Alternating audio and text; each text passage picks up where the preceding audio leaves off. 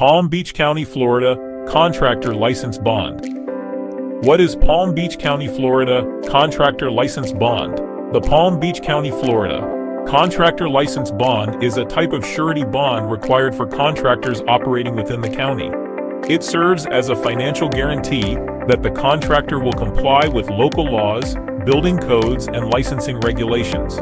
This bond helps protect the public and the county from losses caused by the contractor's misconduct, negligence, or failure to meet contractual obligations.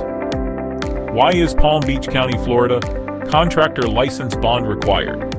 It is required by the Palm Beach County Contractors Certification Division as part of the licensing process to ensure that only qualified and responsible contractors operate in the area. The bond provides assurance that contractors will adhere to all applicable construction and safety standards. It also gives the county and consumers a way to recover financial damages if the contractor violates regulations or fails to complete a project properly. How Palm Beach County, Florida, Contractor License Bond work.